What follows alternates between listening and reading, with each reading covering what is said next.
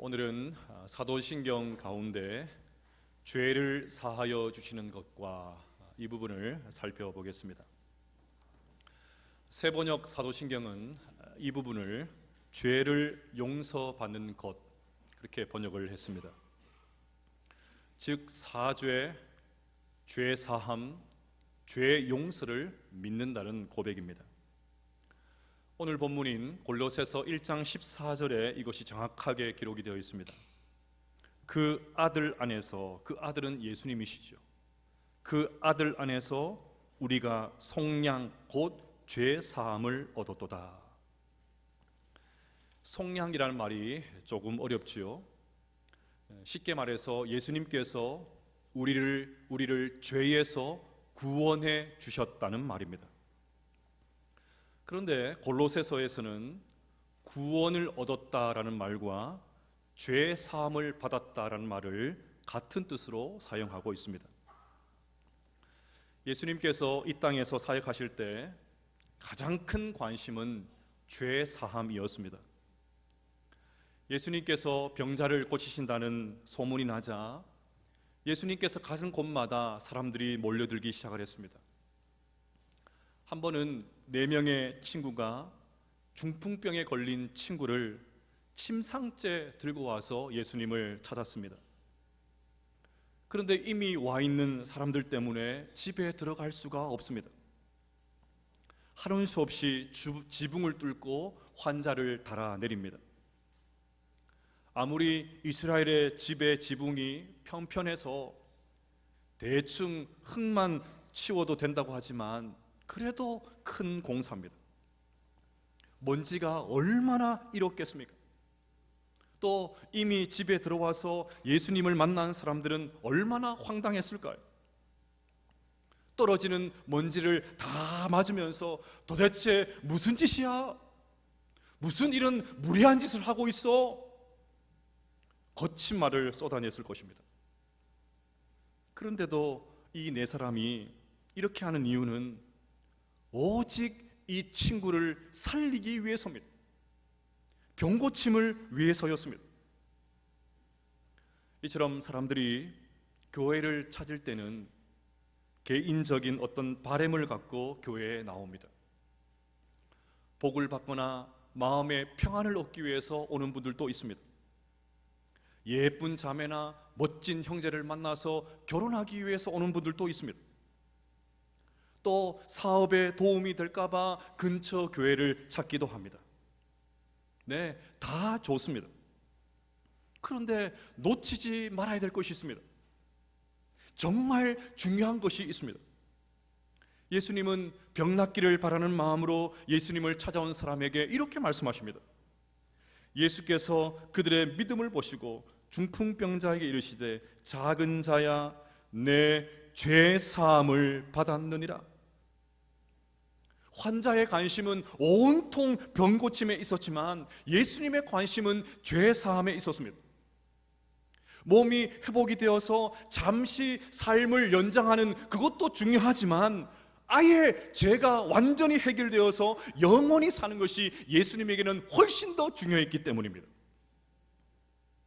결국 예수님은 우리 인간의 죄를 용서해 주시기 위해서 십자가에서 죽으시고 부활하셨습니다. 그런데 여러분, 그러면 오늘 살펴볼 이 구절, 죄를 사하여 주시는 것과 이 고백은 사도신경 어디에 들어가면 좋을까요? 지금은 사도신경 끝부분에 있는데 거기에 있을 것이 아니라 예수님에 대한 고백 어딘가에 들어가는 게 맞지 않을까요? 그래서 이렇게 말하면 좋을 것 같습니다. 본디오 빌라도에게 고난을 받으사 십자가에 못 박혀 죽으시고 장사한 지 사흘 만에 죽은 자 가운데서 다시 살아나셔서 우리의 모든 죄를 사하셨도다. 여기에 들어가면 훨씬 더 좋을 것 같습니다. 지금 여러분의 얼굴을 보니까 그게 나랑 무슨 상관이냐 그런 표정을 하고 계십니다. 앞에 있으면 어떻고 뒤에 있으면 어떻고 그런 얼굴을 하고 계십니다. 그런데 저는 어릴 적부터 이게 너무 궁금했습니다.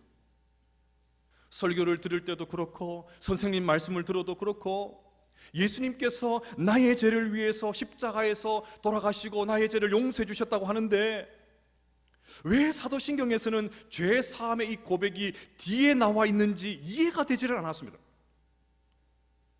그런데 오늘 설교를 준비하면서 그 이유를 알게 되었습니다.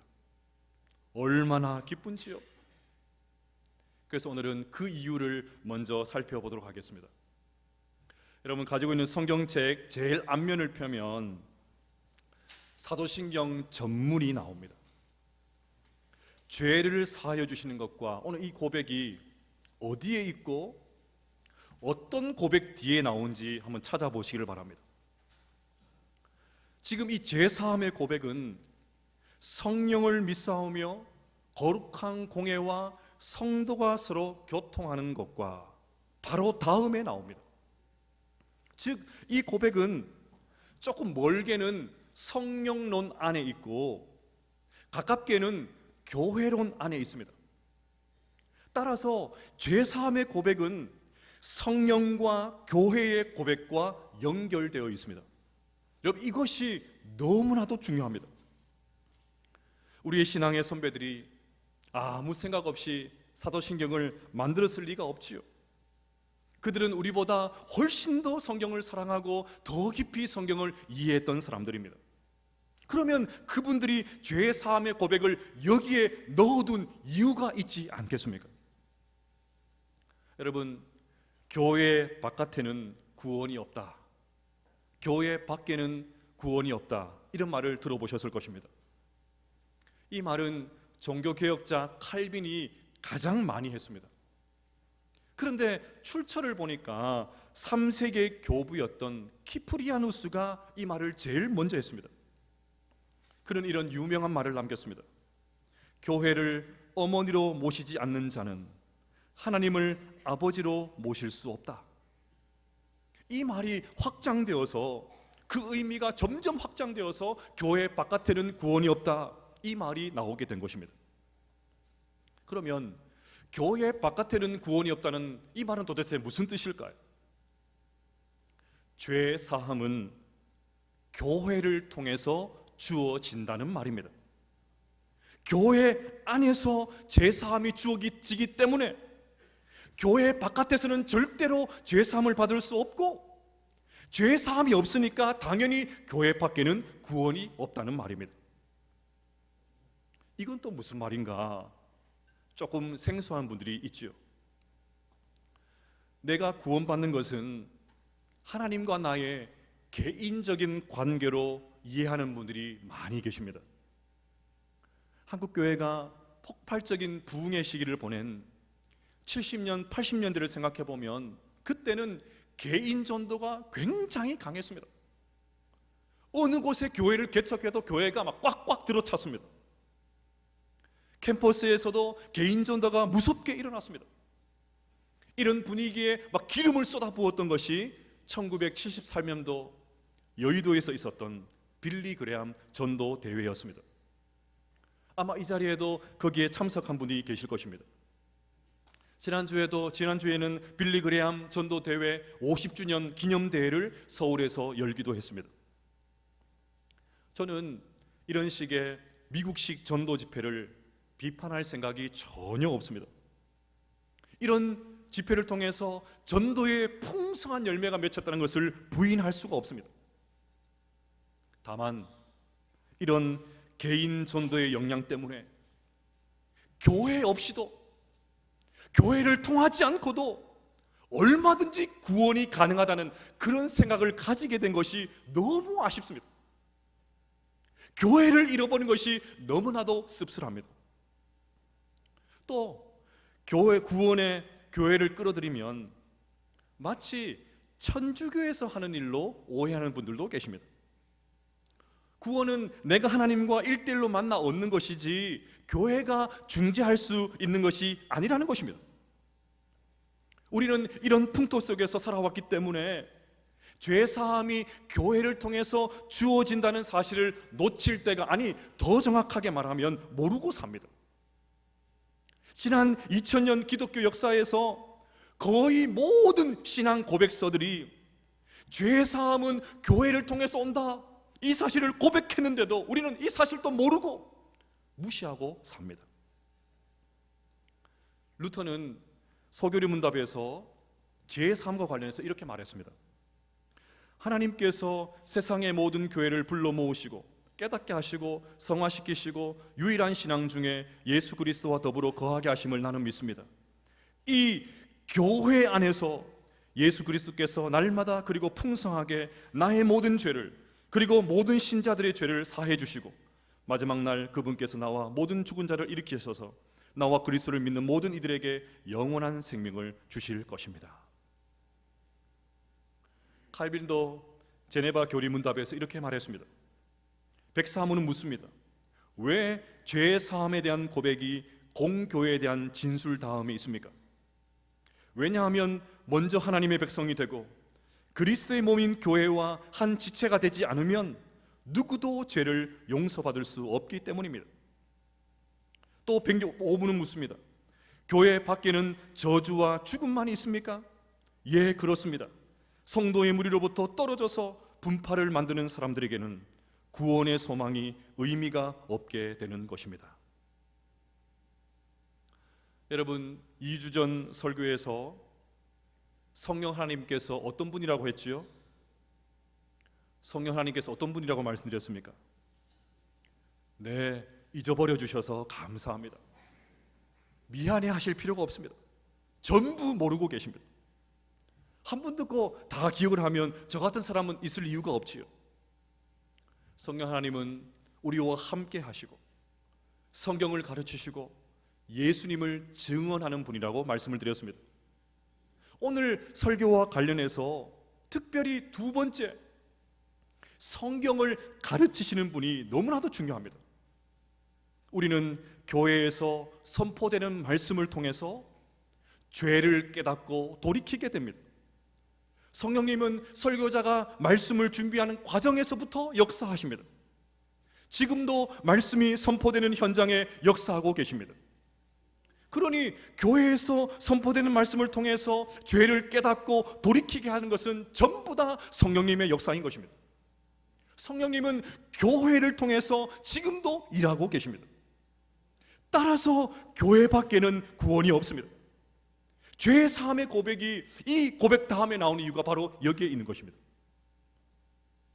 이런 측면에서 교회가 어떤 곳인지, 어떤 곳이 되어야 되는지를 알 수가 있습니다. 교회는 죄 사함의 기쁨이 가득한 곳이어야 됩니다. 교회는 용서받은 감격이 가득해야 됩니다. 부흥하는 교회와 그렇지 않은 교회의 차이점이 바로 여기에 있습니다. 은혜가 충만한 교회를 가면 죄 용서의 기쁨이 가득합니다. 너도 용서받았구나, 나도 용서받았어, 우리 모두 다 용서받았지, 그 하나님 은혜를 찬양하는 그 죄 용서의 기쁨이 가득합니다. 반대로 은혜가 없는 싸늘한 교회를 가면 정죄하고 지적만 많습니다. 그 교회의 상태를 알려면 정죄가 많은지 아니면 죄 용서받은 기쁨이 많은지 그것을 보면 알 수가 있습니다. 우리 개인도 마찬가지입니다. 우리는 반드시 공동체의 영향을 받게 되어 있습니다. 교회 공동체가 늘 정죄하고 판단하는 분위기가 강하면 성도들의 입에서도 늘 정죄하고 비난하는 말들만 가득하게 됩니다. 반대로 성령님께서 말씀을 통해서 깨닫게 해주시고 우리 양심을 막 뒤흔들어 놓으실 때 겸손하게 회개하면서 제 용서의 기쁨을 누리는 공동체는 완전히 다릅니다. 그런 공동체에 속한 성도들 입에서는 사람을 살리는 말, 너도 용서받았구나, 나도 용서받았어, 하나님의 은혜가 너무 크시지, 그 하나님의 은혜를 찬양하자, 우리 다 부족한 사람들인데 하나님께서 우리를 불러주셨지, 사람을 살리는 말이 가득하게 됩니다. 자, 그러면 여기서 중요한 질문을 던져야 됩니다. 우리 교회 공동체는 어떤 공동체입니까? 우리 언양 공동체에 속한 우리의 입에서는 어떤 말이 계속해서 나오고 있습니다. 이와 관련해서 중요한 말씀이 요한복음 8장에 나오는 가늠하다가 현장에서 붙잡힌 여인의 이야기입니다. 현장에서 붙잡혔으니까 빼도 박도 못합니다. 당시 문화 속에서 사람 취급도 받지 못하는 여자가, 그것도 가늠하다가 현장에서 붙잡혔으니까 그냥 법대로 돌에 맞아 죽어도 아무도 이의를 제기할 수가 없습니다. 이것을 빌미로 예수님을 고발하려고 하는 서기관과 바리새인들이 어떻게 하면 좋을지 예수님께 묻습니다. 그때 예수님께서 세 가지 대답을 하십니다. 첫 번째 대답이 요한복음 8장 7절에 나옵니다. 같이 한번 읽어볼까요? 시작. 그들이 묻기를 마지 아니하는지라 이에 일어나 이르시되 너희 중에 죄 없는 자가 먼저 돌로 치라 하시고, 예수님의 첫 번째 말은 죄 없는 자가 돌로 쳐라. 너희들이 지금 저 여인의 죄를 지적하고 있는데 완전한 것처럼, 너희는 아무런 하자가 없는 것처럼, 의인인 것처럼 거들먹거리지 말고 너희 중에 죄 없는 자가 먼저 돌로 쳐라. 주님께서 첫 번째 그 말을 하셨습니다.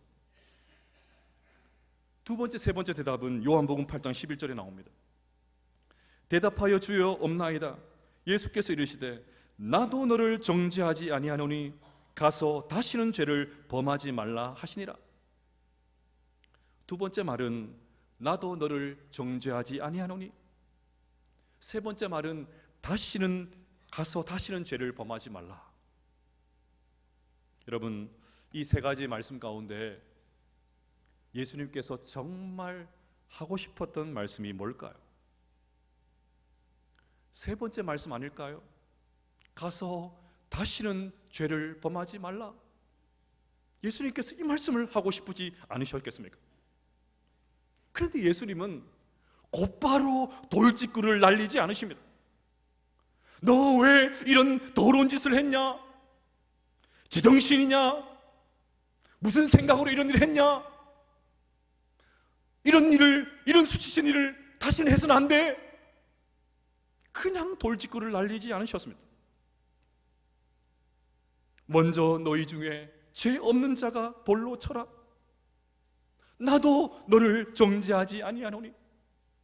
그렇지 않아도 여인의 마음 가운데 가득한 그 수치심을 주님께서 제거해 주십니다.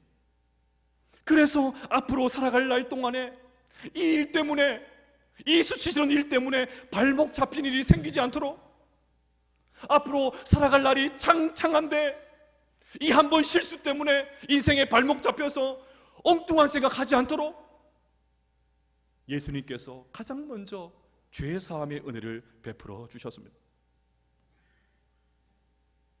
그런데 은혜가 없는 교회를 가면 주님께서 하신 첫 번째 말, 두 번째 말 없습니다. 그냥 돌직구를 날립니다. 왜 이런 짓을 했냐? 부끄럽지도 않냐? 그래가지고 무슨, 여러분, 이건 어디서 나는 소리인지 아세요? 방울뱀들이 딸이 틀 때 하는 소리입니다. 이게 잘한다. 잘한다는 말은 억양이 중요하죠. 참 잘하십니다. 잘하고 계십니다. 이렇게 말하면 얼마나 좋습니까? 잘한다. 잘한다. 표현은 같은데 완전히 다른 말이 됩니다.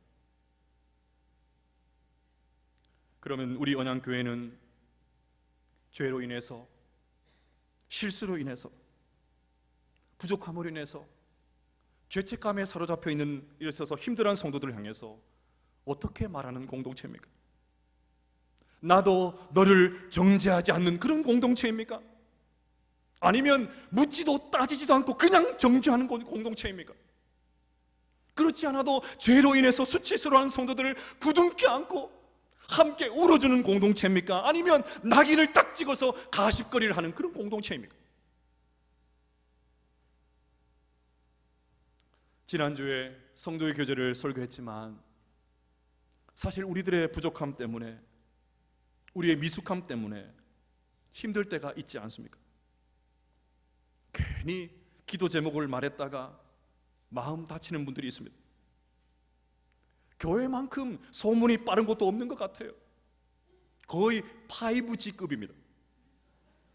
너만 알아야 돼, 절대 비밀이야. 이미 그분 알고 있어요. 어렵게 말을 꺼냈는데 온 사방 그 말이 돌아다니면서 불확실한 정보들이 덕지덕지 붙어가지고 완전히 이상한 사람을 만들어버려요. 제가 예전에 모셨던 목사님은 장기에 혹이 생겨서 간단한 시술을 하셨습니다. 그런데 교단에 어떻게 소문이 났는지 어떤 분이 저에게 전화 와셔서 조심스럽게 묻습니다. 목사님께서 말기라며? 어떻게? 말기가 아니라 말세입니다. 우리 교회는 지난 3월부터 중보기도 사역을 시작을 했습니다. 얼마나 헌신적으로 기도를 해주시는지요. 이 자리를 빌어서 감사의 말씀을 전해드립니다. 8월 말에도 2기 중보기도 훈련이 있으니까 많이 참석하셔서 함께 이 사역에 동참해 주시기를 바랍니다. 그런데 중보기도의 성패가 무엇인지 아십니까? 어디에서 중보기도와의 성패가 결정되는지 아십니까? 비밀 유지입니다. 어떤 경우에도 발설하지 않고 기도만 해야 됩니다. 그래서 제가 중보기도 훈련을 하면서 제일 많이 강조했던 거, 또 강조하고 절대 비밀 유지. 본인이 공개를 원하는 것은 좀 괜찮아요. 그런데 당사자가 공개하는 것을 원치 않은데도 불구하고 찾아가서 아는 척합니다. 그래서 제가 공개든 비공개든 절대 찾아가서 아는 척하지 말라고 했어요.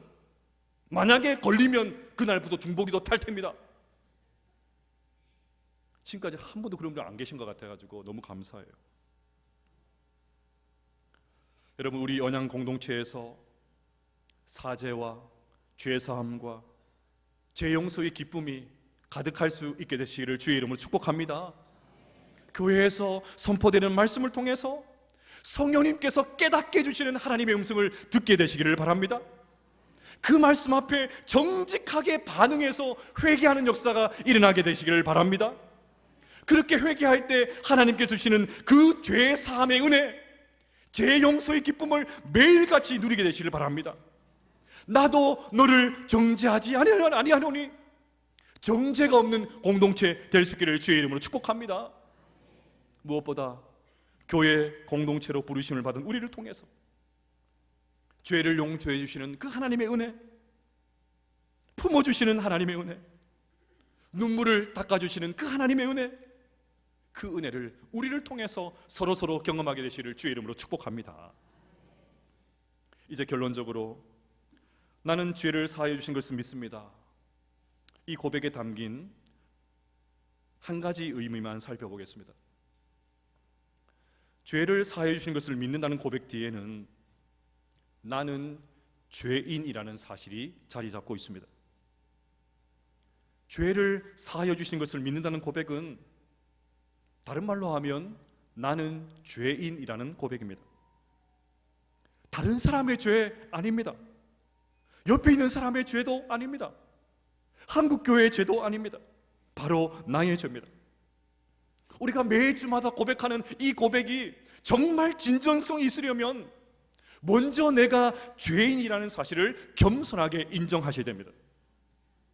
여러분, 정말 내가 죄인이라는 사실을 믿으십니까? 나는 뼛속 깊이 죄인이라는 사실을 고백하십니까? 사람들은 죄인 취급하는 거 별로 좋아하지 않죠. 심지어 이 험악한 세상을 잘 살아가려면 엄연히 죄를 지었음에도 불구하고 들키면 안 된다고 합니다. 만약에 들켰다고 해도 절대 아니라고 부인하라고 속삭입니다.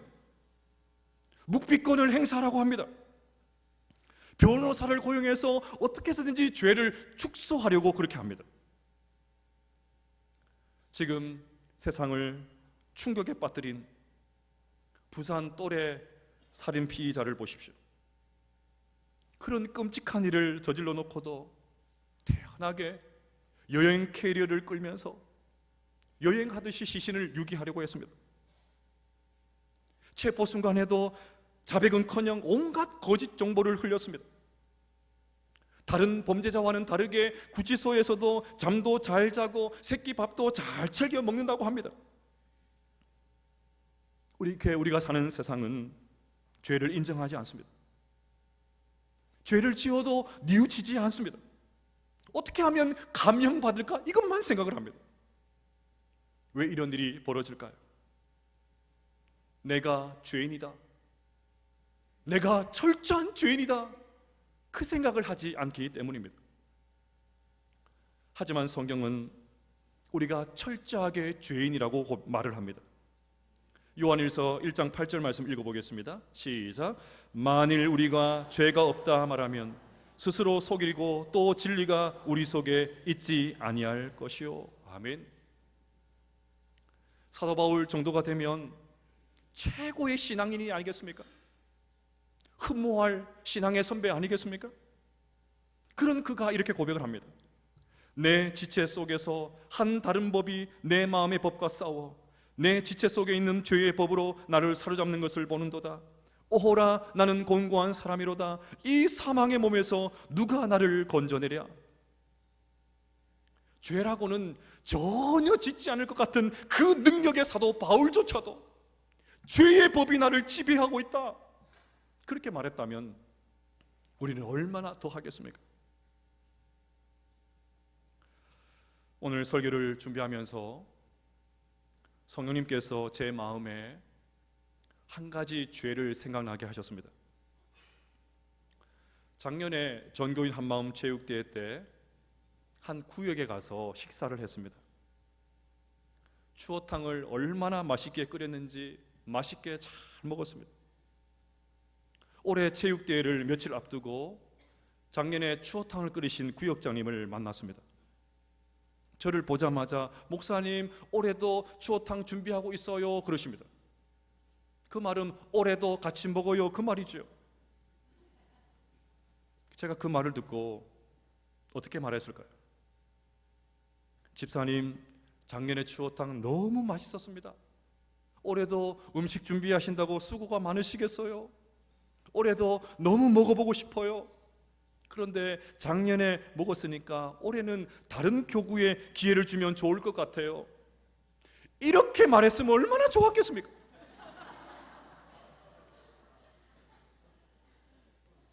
근데 제가 어떻게 말했는지 아십니까? 거두절미하고 올해는 다른 교구에서 먹어야 될 것 같아요, 그랬습니다. 돌아서서 오는데 아차 싶었습니다. 얼마나 죄송한지요. 설교를 준비하는 내내 그렇지, 나도 별 수 없는 죄인이구나, 그 사실을 고백할 수밖에 없었습니다. 이 자리를 빌려서 우리 구역장님께 용서를 구합니다. 너그럽게 이해해 주시기를 바랍니다. 살인을 저지르고 음란한 짓을 하고 금전적인 피해를 입히는 그것만이 죄가 아닙니다. 다른 사람을 말로 실속시키는 것 전부 죄입니다. 하나님 말씀을 떠나 사는 것 모든 것이 죄입니다. 그래 우리는 철저하게 죄인이죠. 그러면 어떻게 해야 되겠습니까? 잠언 28장 13절 말씀을 같이 한번 읽어보겠습니다. 시작. 자기의 죄를 숨기지는 자는 형통하지 못하나 죄를 자복하고 버리는 자는 불쌍히 여김을 받으리라. 아멘. 죄를 자복하면 불쌍히 여김을 받습니다. 용서를 받습니다. 하나님은 자신이 죄인인 것을 인정하고 하나님의 긍휼을 구하는 사람에게 용서의 은혜를 베풀어 주십니다.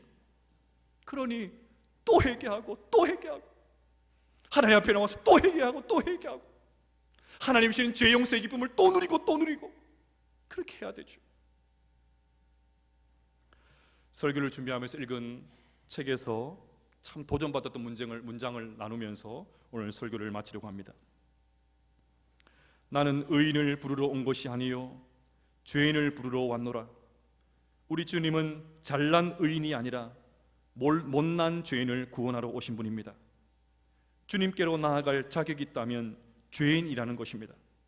그런 자격이라면 나도 꽤 잘 갖춘 편입니다. 그래서 역설적이지만 나는 죄인이어서 참 행복합니다. 사랑하는 여러분, 우리 모두 다 죄인입니다. 교회에서 선포되는 말씀을 통해서 깨닫게 해주실 때 나의 죄를 겸손하게 인정하고 하나님 앞에 회개할 수 있는 그 은혜가 이 시간 있게 되시기를 주의 이름으로 축복합니다. 회개하는 자에게 주시는 죄 사함의 은혜를 마음껏 누리시기를 바랍니다. 무엇보다 우리 공동체를 통해서 죄를 용서해 주시는 하나님의 은혜, 품어주시는 은혜, 눈물을 닦아주시는 은혜를 우리 서로를 통해서, 우리 교회 공동체를 통해서 마음껏 맛볼 수 있게 되시기를 주의 이름으로 축복합니다.